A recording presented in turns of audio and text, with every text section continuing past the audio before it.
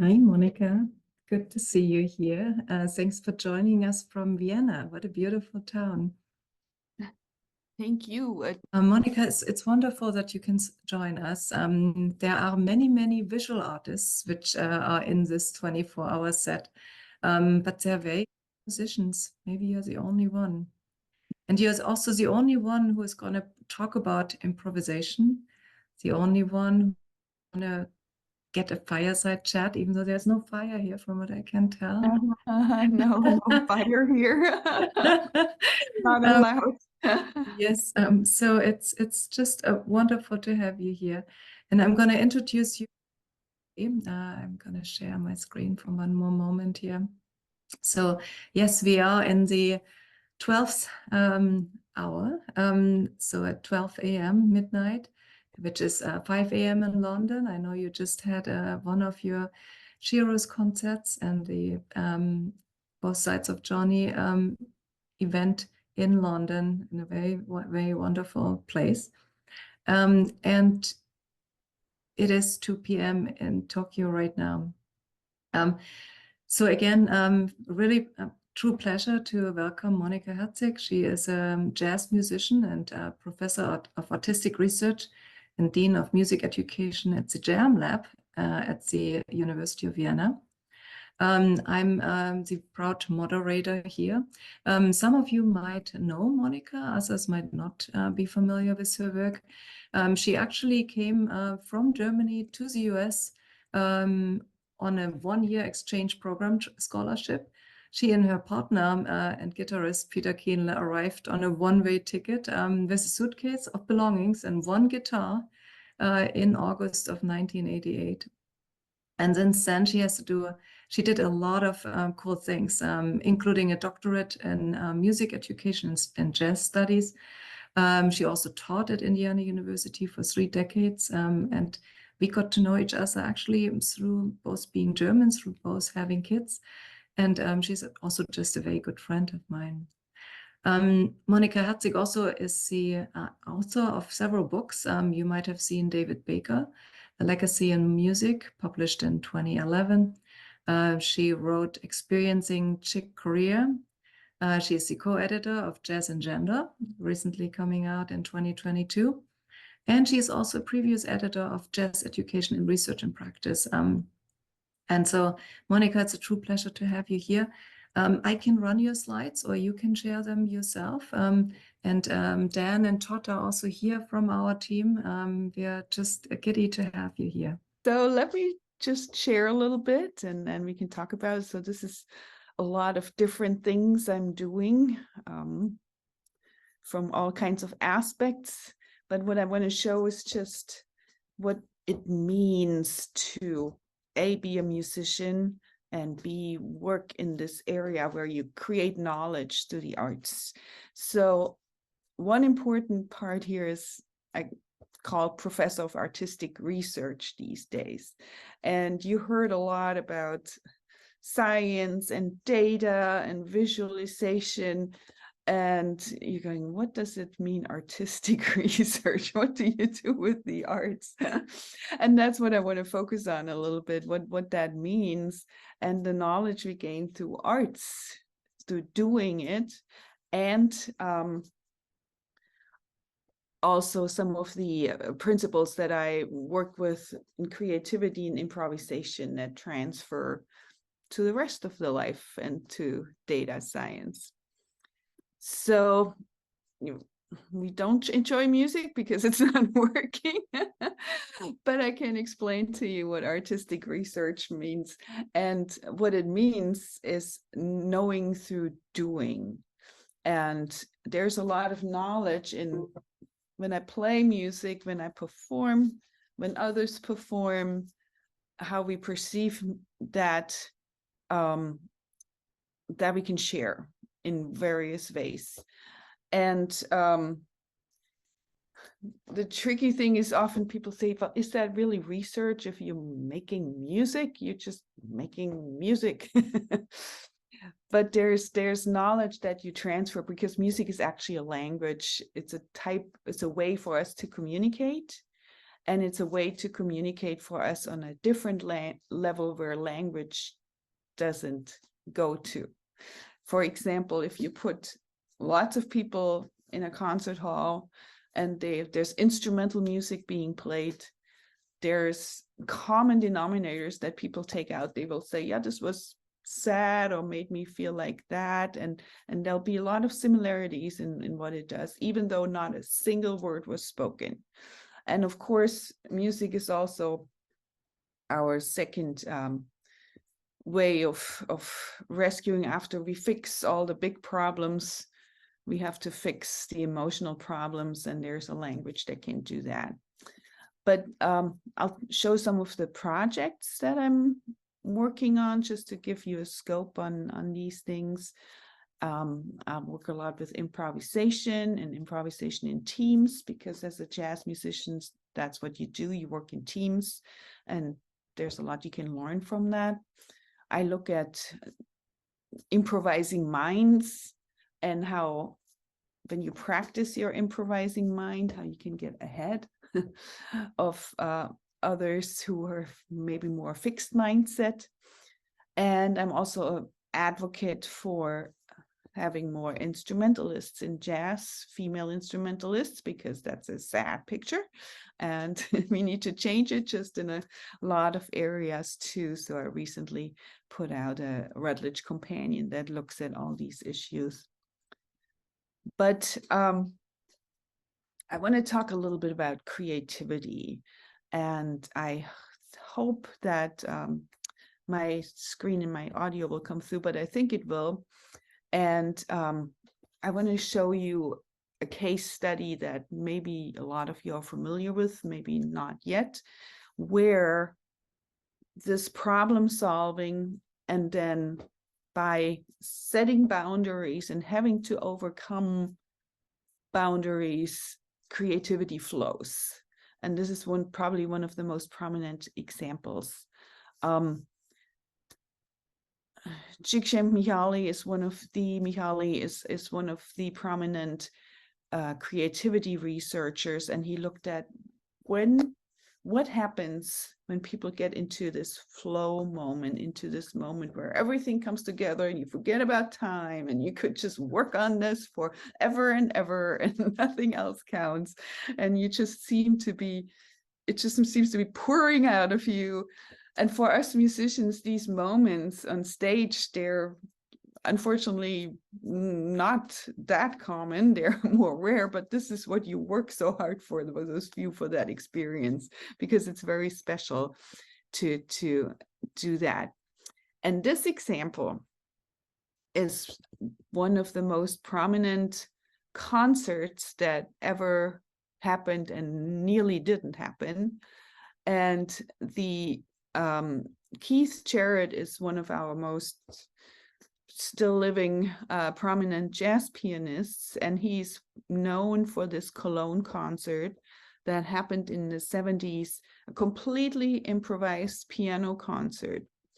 But I'll give you the background, and the lady who put it on talks about it herself. It takes about 9 minutes, so I think we can listen to it and see how it works. So here's the concert that nearly never happened, and listen to the boundaries that had to be overcome to produce that's perceived as one of the most creative moments in time that ever happened. BBC. Might be some permission thing, but anyway, so yeah, that would be great, but I can just charge everybody to do that sometime for themselves. It's on Spotify, it's everywhere. Just look for Keith Jarrett Cologne concert. And I advise just to listen at least to the first 5-10 minutes and realize what's going on, this problem solving, and this having to reach far beyond what you usually do. And yeah, who knows the 9 dots? All you have to do is make 4 lines. You cannot take the pencil off the paper, and they have to connect all those 9 dots. And I can tell you, if you're trying right now, that most people will try and try and try, and don't find a solution, and I'm gonna find a piece of paper here to do that. And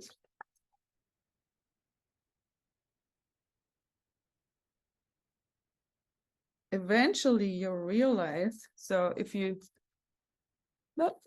take your 9 dots, you can see it. But what you realize is that you will have to get out of your comfort zone, which means everybody would try to connect the dots and make squares around it and just do that. But once you go beyond and you go under and over, and it looks somewhat messy like this, can you see anything? Then it works, meaning our minds usually put a square around things and boundaries, and once we go beyond those boundaries, we're clear. For sake of time, I'm giving you this link, and you can also look at it later. This is one of the most interesting TED Talks that looks at what's going on with our creativity, and I can summarize what's going on. So what they found is that initially we are all creative geniuses when we're born. Because if you look at kids, they explore anything, they try anything, no problem. But once we get to school, if we use the same tests of creative ability, the scores go down, down, down, down, down, down, down, until when we're adults, only 2% score at the same level as those all 99% of those genius kids did. And that's worrisome, because it means that something happens in our education that takes the creativity out of us, although it's one of the essential life skills. And what happens is that we're taught in school to say right or wrong things, or to have good or bad comments, meaning they're judged immediately. We mention something for their value. And what it takes away is that important skill of just creating ideas, lots of different options, because we're not allowed to do that. So this divergent thinking plane gets little by little canceled out by this convergent thinking of having to judge and having to value. And so what we'll need to get back to is let that happen, to get our genius level back and improvise. And I was going to improvise for you a moment on numbers, maybe Katy's birthday or something. Because I often do that. And we did somebody else's birthday 2 years ago, right? When you came in. I think that was wonderful. So we can point people to that recording. And I know you do amazingly creative elements with birthdays, but I'm afraid that the setup we have right now is not perfect for that. So I could do that for you if you were at one of my concerts. Yeah, and if you are fast enough, because I think there are many, many in the room which would love to have their birthday converted into beautiful music. And again, almost every time we are together in a concert, there are many, many which would love that. I think it becomes something that people are aware of, that they have to be fast. So thank you for offering it, and really sorry for the setup we have here. Well, you know, what you also realize is, and actually there is this TED talk where you see the little background, and I do that in there too, in that moment. And here, ta-da. Feel free to find it and watch it. I see that some in the chats already found the Keith Jarrett concert, which is of course on Spotify and everything else. Feel free to find the TEDx talk by yours truly, and you'll see the improvising. But there's several important things about it, and I wish, you know, we could do it, because that is what now would be the artistic research. What we would realize in that moment is that A, it only happens this moment, and B, what we observe as listeners is A, very different, and B, there's a lot of knowledge in those observations, where you look at what's going on, how is this translated, how does it make me feel, what kind of decisions are being made or are not being made. Is it working? What are the translations? And ta-da, here's the TED Talk in the chat, so please feel free to go for it. But there's different perspectives from me, from anybody in the audience, and how they feel. And everything else. So from the artistic perspective, let me tell you a little bit about my work with groups and improvisation, because what I was looking at is jam sessions. So you have musicians get together, they probably don't even know each other's name. Who cares? They get on stage and somehow they can produce music together that is not always cacophony. There's also some melodies and some harmonies that work together. And I analyzed this, and I found this group creativity model, which is something easily transferable to anywhere in science, in entrepreneurship, when there's need to work as a group together. And this is one of the articles I had earlier that are published, where I show in depth how I got there.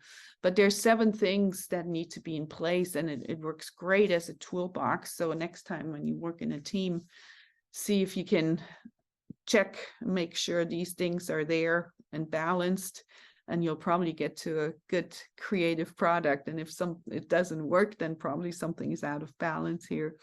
But the important factor being, of course, get the best people you can. That makes sense, but we don't always think about it.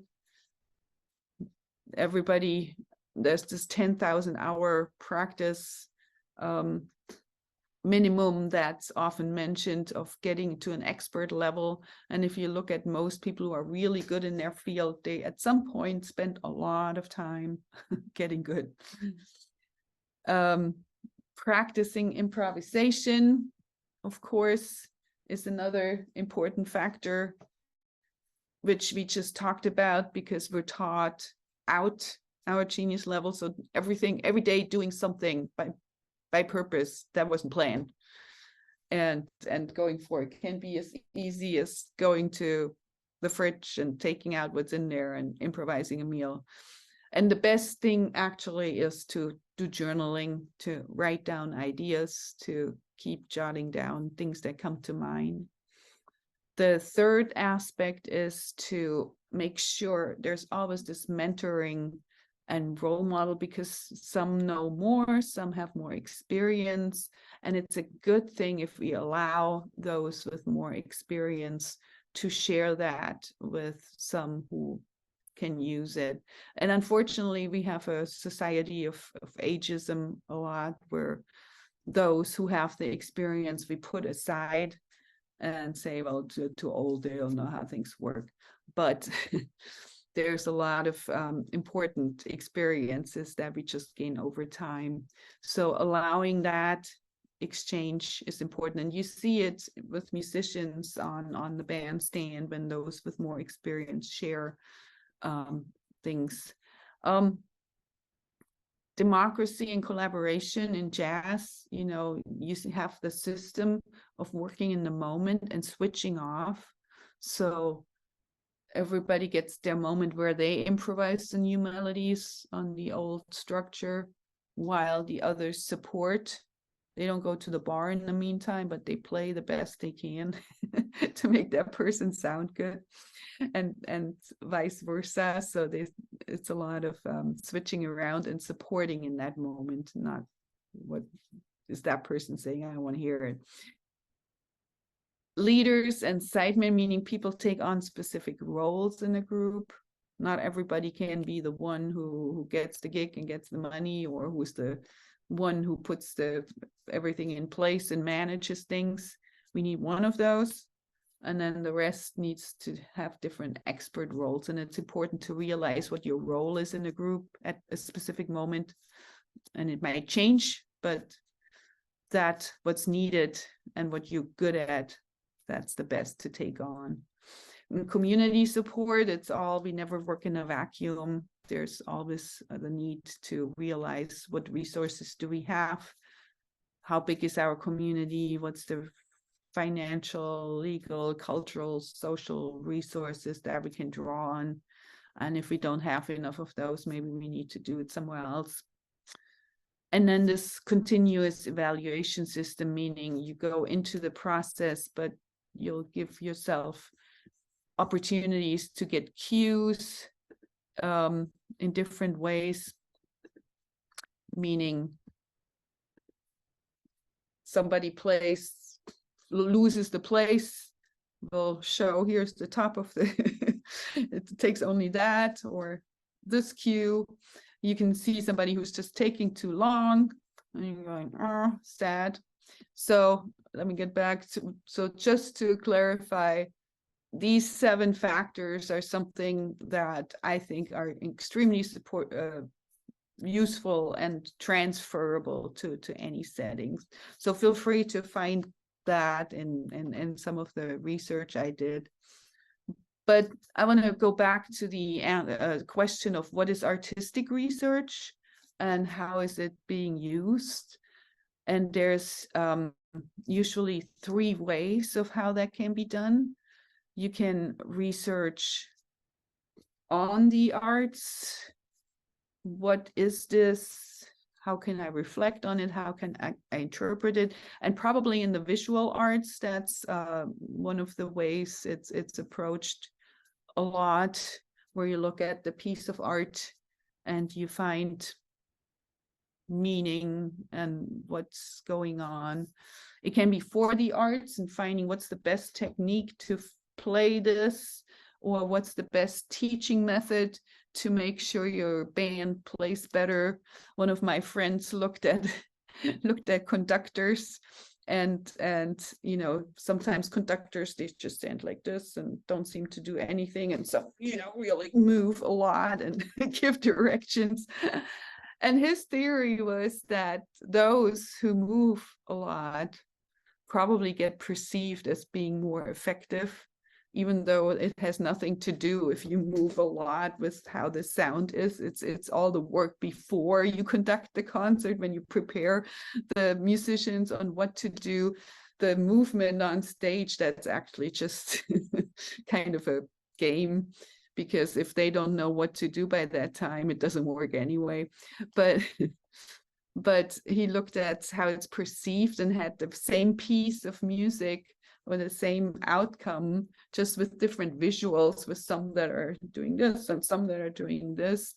And you bet, you know, everybody thought that the same piece of music that we're hearing, it sounded better and was more effective with those who who moved more.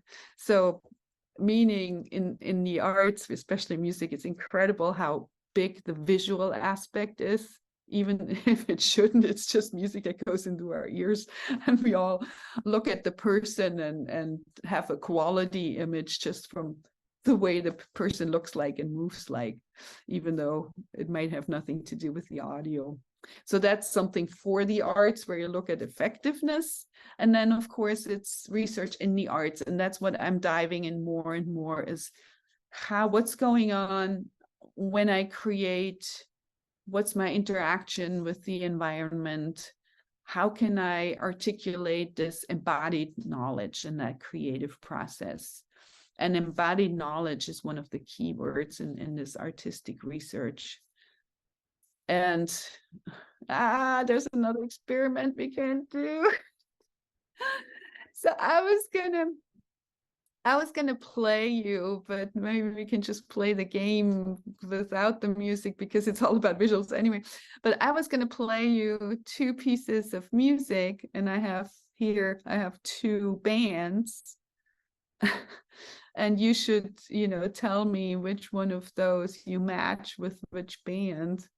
But I'm sure we'll run into trouble, and oh well.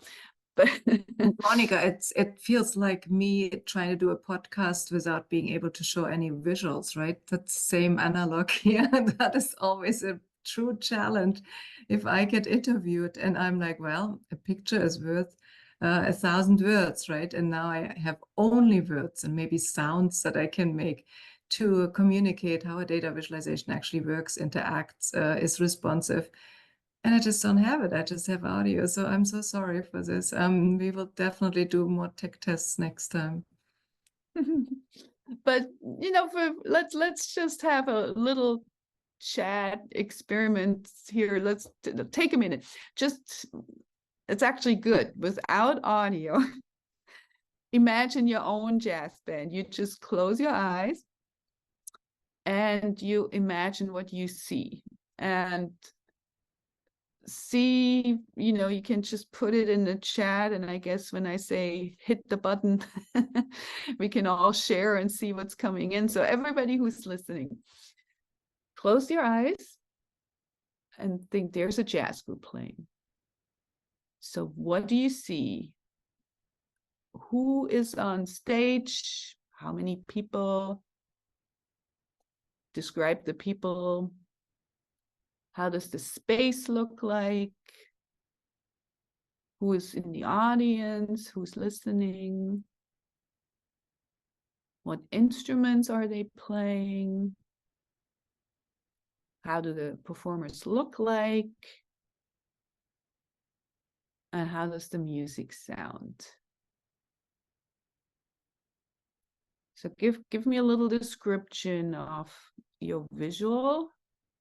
Put it in the chat.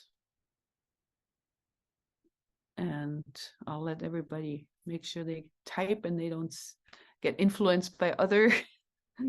So on 3. Typing now, exactly. And then I guess we have our names. Yeah, this will be interesting, actually. And we have it in written format. Haha. So yeah, so don't hit it yet. So on 3, you'll share it, but still make sure everybody who's there put everything in. Who do you see? How's the stage look like? How's the space? Who's listening? What's the music? What instruments?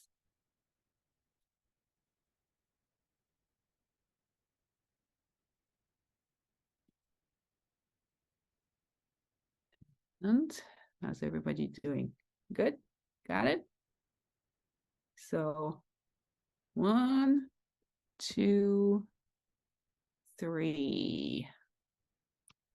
Share. Ha. Oh, I only got 1.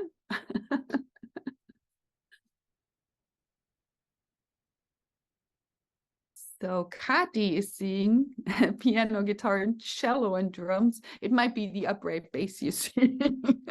It's a little bigger usually.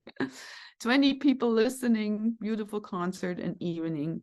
How do well, you're a little influenced because you know me, but how did your band look like? They were dressed up. They were dressed up. They know how to be on a stage and to make people have a wonderful time and how to really create music together. I think that's always something that I'm so impressed by, because I have seen you in many different settings, and it was always different, but always inspiring.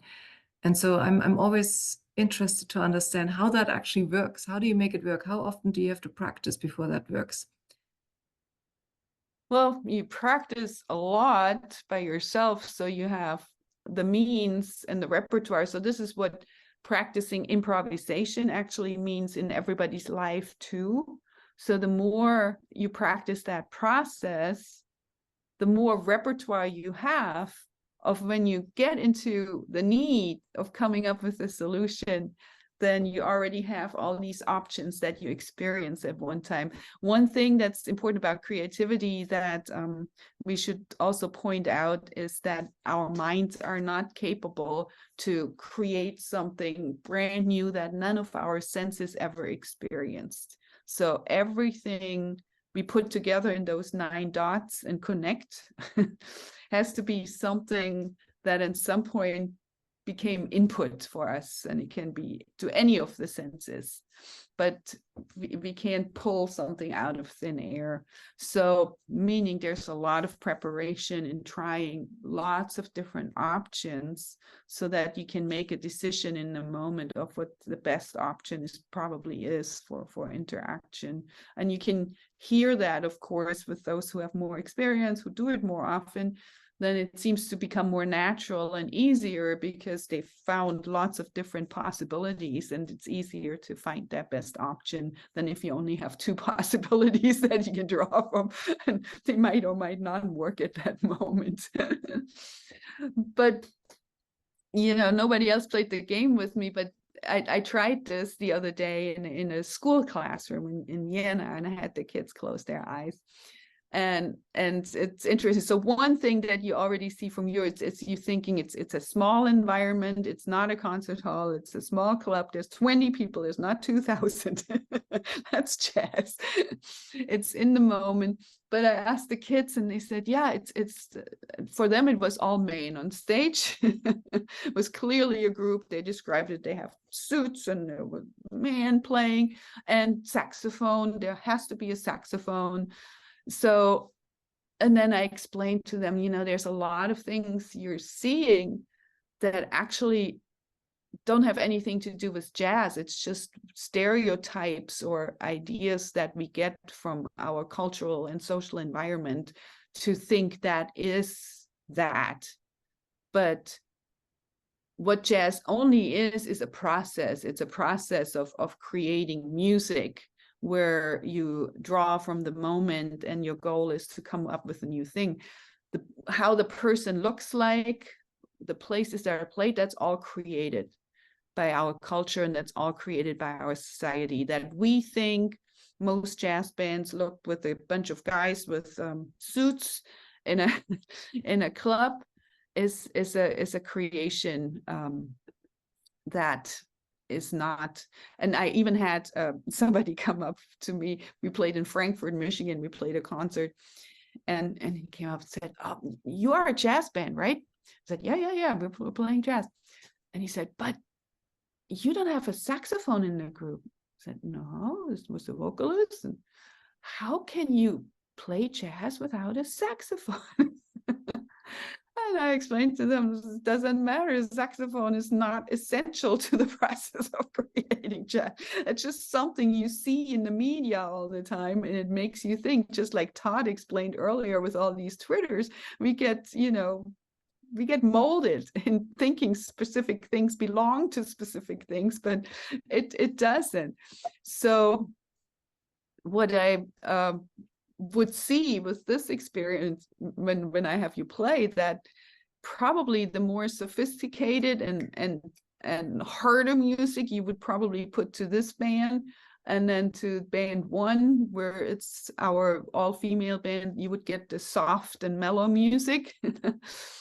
And of course, it's the opposite of what you would hear. So, but you can hear that? No, you can't. Okay. So what it means, my next big project is to look at the stereotype threat. What happens, right?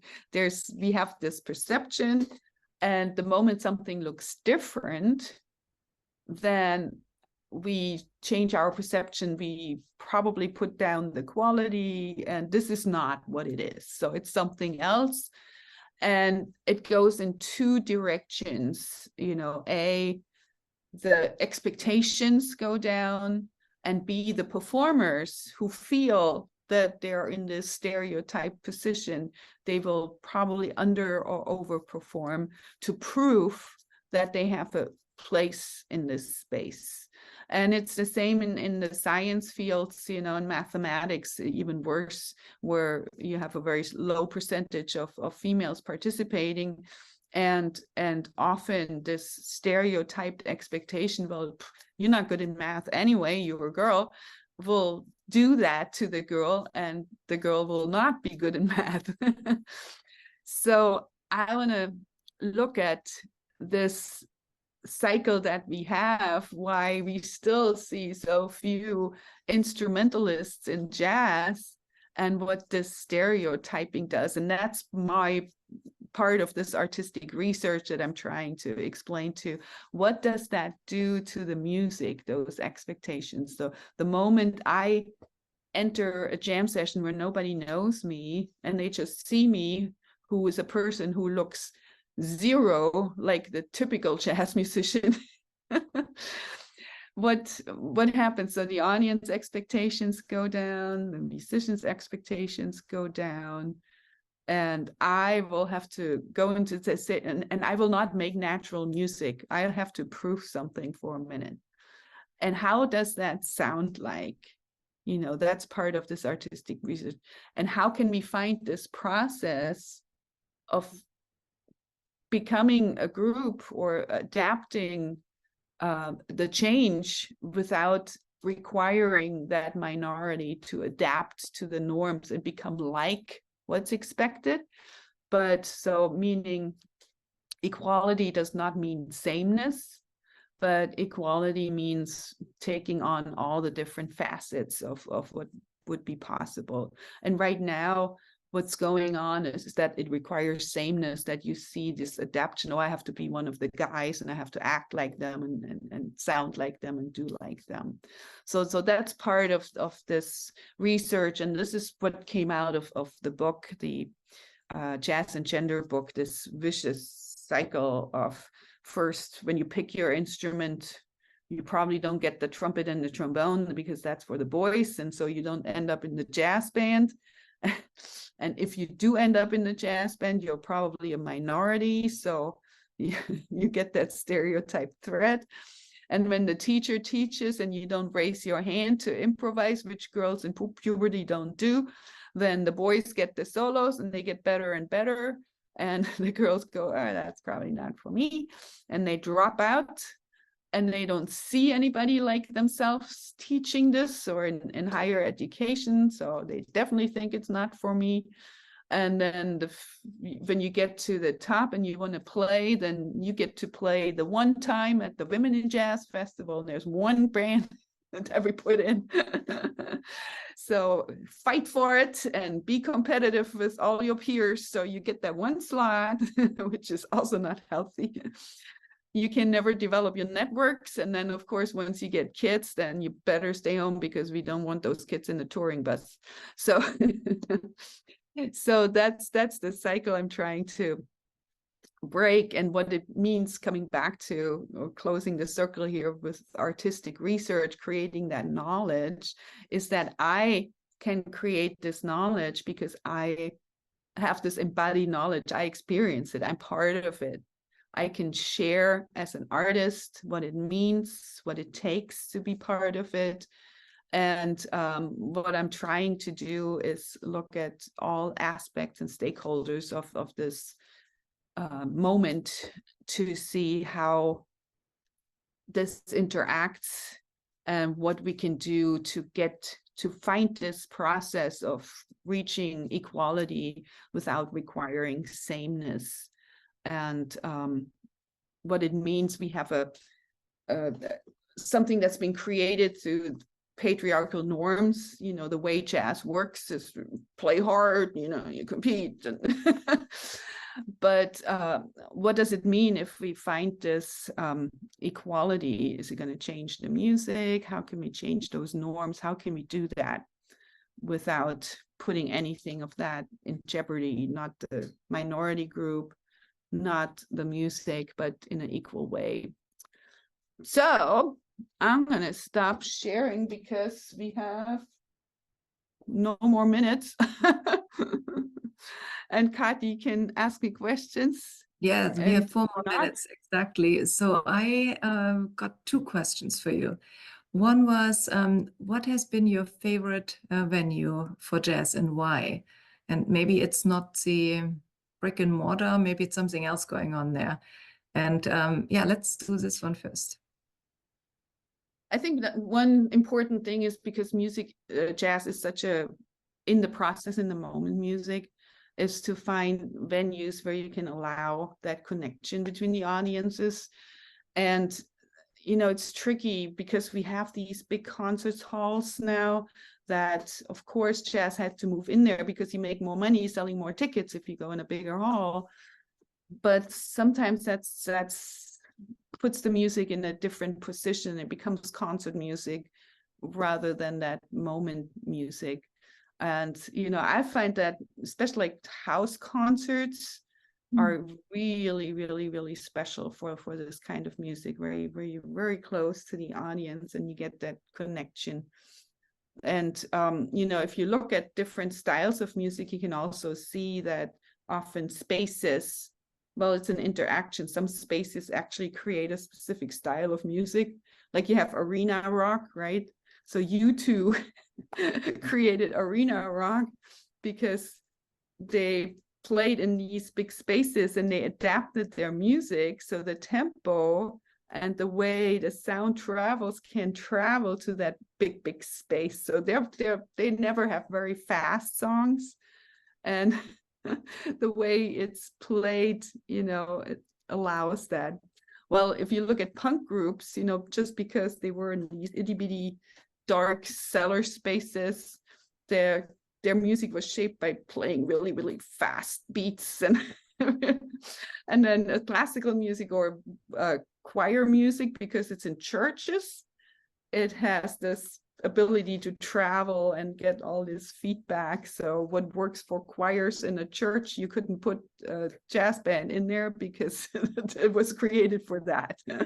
So spaces also dictate the type of music, and in this case, in jazz, connection to the audience is important, and not everybody talking as loud as they can over it too. That is interesting. I know the venues really dictating what kind of music sounds good in it. It's really, really also interesting. Monika, it's really unfortunate that we didn't get to hear you play because you're an amazing musician. But where could people hear you? I'm sure you have somewhere a travel schedule or concert schedule. If you could make sure that we have that and we can add this to the website, I think that's the least we can do, because I think it would be really, really neat for people to see it. I did post the both sides of Johnny link to the chat, so I think people get it from there also. If you have other hints of and tips where to see you perform, I would love that. Yeah, well, you can always go to my website and find out the latest newsletter, and there's actually a way to subscribe to that newsletter so you can be updated. I was just in Prague for a solo piano concert, which was really, really special. I'll be back home again in Indiana for very soon. There's several things in Columbus, Indiana on the 19th and the 20th. We'll bring in Alexis Cole, and we'll do the both sides of Joni projects for 2 nights for a whole weekend. We have the Shiros, the band that I showed you, the all-female band, has a new album coming out in the summer, and we'll be touring the US around Labor Day, and then we'll be touring Europe in October, and hopefully, fingers crossed, in Nepal end of October if we get our grant. That's I'm having my fingers double crossed for. So those are the bigger projects coming up. But look on my website, and then if you take my name and go on all your favorite streaming services, you can listen to anything you want to. Thank you, and I think people will do that. Navi has posted one more question. Is it possible to say creativity is struggling to survive? Well, I mean, what is clear is that our school system and our education system is, especially in the secondary one, before we get to college, is definitely teaching it out of us. So yes, it's not struggling to survive, but we have to take measures to change the way we let this being taught, so we're not unlearning it and then we have to relearn it. So the way pedagogy works in schools, we have to open those spaces of just creating ideas, even if they're silly and crazy. Usually, if you look at, you know, design thinking, the way you solve problems is if you generate as many ideas as possible. Probably the idea number 100 that was the craziest might be the great solution, and we have to allow for that. Very good closing words. Monika, thank you. I know your day is just starting. Mine is ending. Dan is in the middle of it all. I think he's gonna guide us through the night here. Thank you, Dan.